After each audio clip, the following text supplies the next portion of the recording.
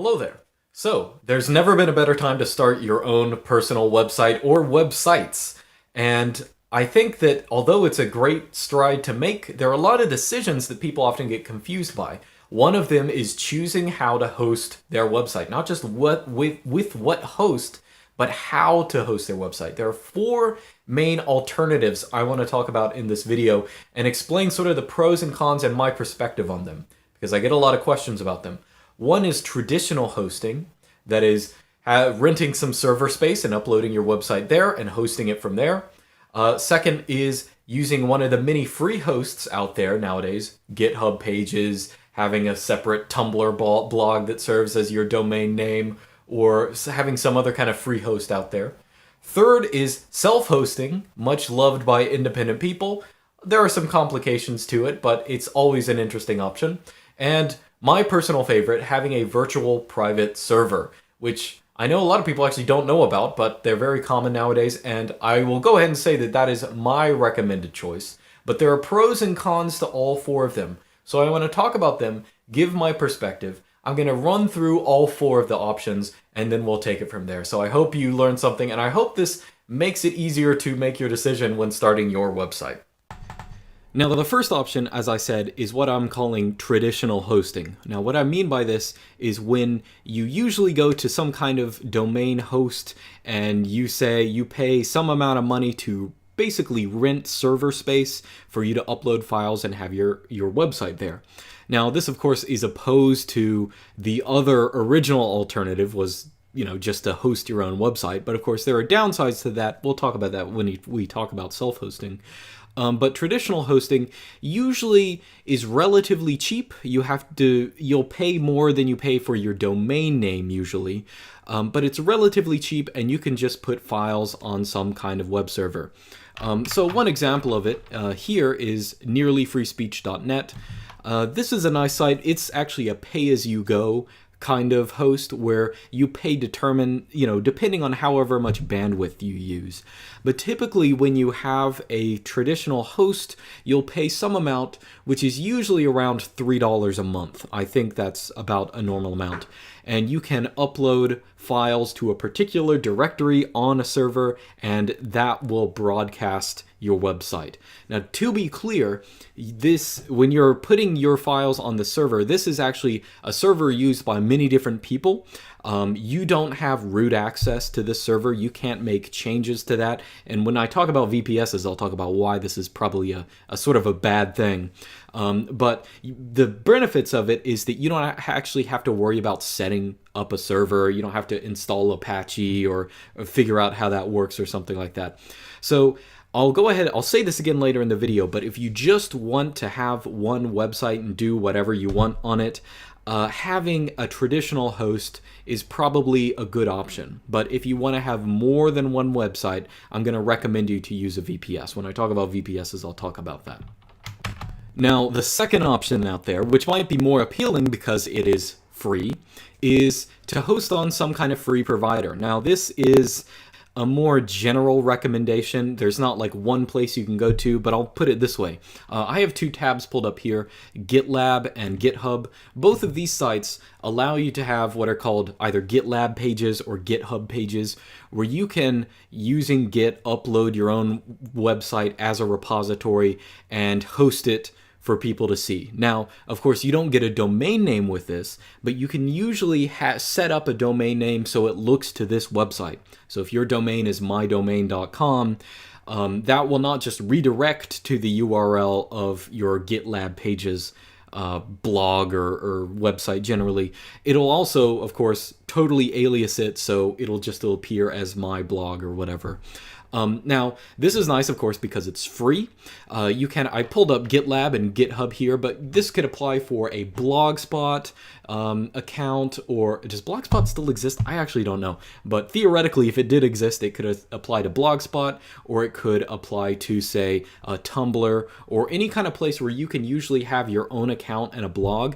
You could just use that as your website, and all of those sites will usually provide a way for you to link a domain name with it. So if someone goes to that domain name, they will be viewing your Tumblr blog or whatever it is, but they won't know that. They'll just see it as whatever website. Now, the downside of this, well, the upside, of course, is, well, you get it for free. You can do whatever you want. Well, actually, no, the downside is you can do whatever you want. And that is because often these kind of sites will be very constrained in what kind of user interface you can have or how the website is actually generated. So on GitLab and GitHub, for example, I'm pretty sure you can have any kind of static HTML, or you can use Hugo or Jekyll to generate a site. But outside of that, there's not really that much you can do. You can't really have, if you need server-side scripts for something, you can't really do that. If you need some extra software, you can't really install that. They're very limited. I would recommend GitHub or GitLab or one of the, even, Tumblr or whatever. If you have some kind of blog that already exists, you can link that to a domain name. Now, of course, this isn't really a fully customizable website, but if you're just making a personal page and that's all you need, this might just be all you need. So it's definitely worthwhile contemplating. So option number 3 is self-hosting, and a lot of people get really excited when they hear about self-hosting because they like the idea of having your own website that you manage yourself with a physical device, often with an old computer or one of these, a Raspberry Pi. Now the good news is you don't need 30,000 cores to run a website. You don't actually need that much space. But what you do need to worry about in self-hosting is stuff like bandwidth, which can honestly be a big problem, or how much power consumption you have. Now, I will say the reason I do not recommend self-hosting, especially if you're watching this video and you're looking for directions on what to do, how to start your first website, I don't recommend using self-hosting just because there are a whole bunch of complications that come into it. If you want your site to get a good bit of traffic, it's not necessarily an option to have it at your physical house or something like that. Now, if you have access to, some place which has really good internet, you have lots of, good machinery that can keep cool and not actually use that much power, or better, you don't have to pay for all the energy it consumes, you could think about self-hosting somewhere there, but hosting a site on your own house, you should really only do that if you're a novice, if you're doing it out of mere academic interest, you just want to do it to do it, and not necessarily because you want to have a website that gets a good amount of traffic. Because if you want, when you have to think about it, like when people are accessing your website, they're accessing your computer that you have on your home internet or something like that. And that can, depending on how much traffic you get, that can affect your home internet, and it also might potentially make your website extremely sluggish. So that is a big consideration depending on how much traffic you're going to get. Now, there are examples of some people who self-host websites. There is this one. A couple of you guys probably know of this already. It's pickfire.tk. It's an interesting site. You might want to check it out. It's actually a website hosted entirely free, down from the domain name to everything else. But I believe this is run on a Raspberry Pi as well.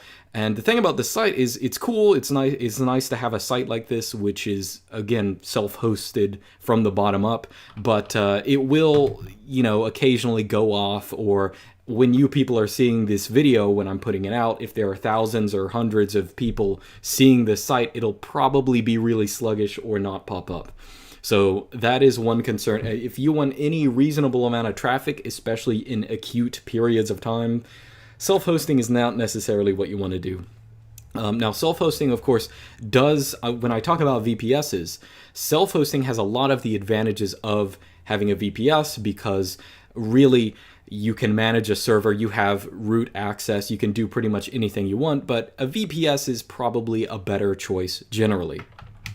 So what is a VPS? Number 4, the last type of hosting, and the one that I recommend and I use myself. A VPS is a virtual private server. It's sort of like hosting in that you're buying a service from some kind of provider, but instead of renting a portion of their hard drive, you get an entire virtual server that you have root access to. You can install whatever you want. You can do whatever you want. You can configure whatever websites you want. Now, I've left out some of the downsides of hosting on a traditional hosting service for this, so I can explain to you why VPSs are so nice. Now, again, self-hosting will have many of these benefits, but I think having a VPS is a little better because you don't have to worry about bandwidth or anything like that.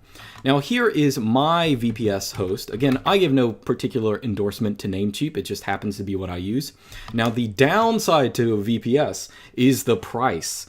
I pay $14.88. $14.88 might sound a little scary to some of you guys, but it isn't really that bad, because even though I'm paying nearly $15 a month for a VPS, there are a lot of costs that I'm saving. Now, in comparison to a physical server at your house that you're hosting, of course, I'm not paying for power. I don't have to worry about the bandwidth, because this bandwidth is plenty for my multiple websites, a terabyte of bandwidth a month. And it also has an SSD and all that kind of stuff. But the real benefits of having a VPS are pretty simple to explain. Now, let me put it this way. I have a personal website, lukesmith.xyz. I have another website called larbs.xyz. I have another website, notrelated.xyz. In fact, I have a bunch of different websites, and all of them are hosted on the same VPS. So this $15 is actually going to all those different websites. Now, compare that with having traditional hosting. The problem with traditional hosting is that they will often nickel and dime you for either having different domains or even subdomains. So if I go to my website, so this is lukesmith.xyz, on a lot of typical hosts, they will charge you extra for having a subdomain. If you want blog.lukesmith.xyz, or if you just want another domain name or something like that. Now, if you have a VPS or a self-host, or if you self-host, but if you have a VPS, you can get as many websites as you want. All you have to do is configure it in the server, which isn't a very difficult process. You can have as many websites, as many subdomains, as many anything that you want. Additionally, you have root access to that server. That means you can install whatever software you want. If you want to have an IRC server, you can have that. You want to have a Chan style image board, you can have that. You want to have a PHP board. I once had a MyBB PHP board on a web form on my website. That's easy to do. You can just install that on a VPS. You can't install that on traditional hosting, or if you can, you'll have to install often obsolete software that they make available to you through their graphical interface that isn't very flexible, and it's honestly just a big pain.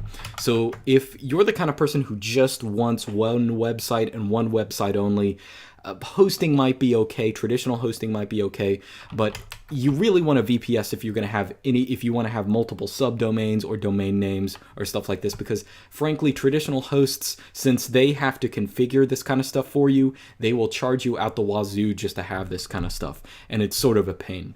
Now, the other thing that's also super important nowadays is SSL, or HTTPS. You'll see that all of my websites here, they all have HTTPS. So if you are doing any kind of sensitive transactions on your website, you 1000% need HTTPS.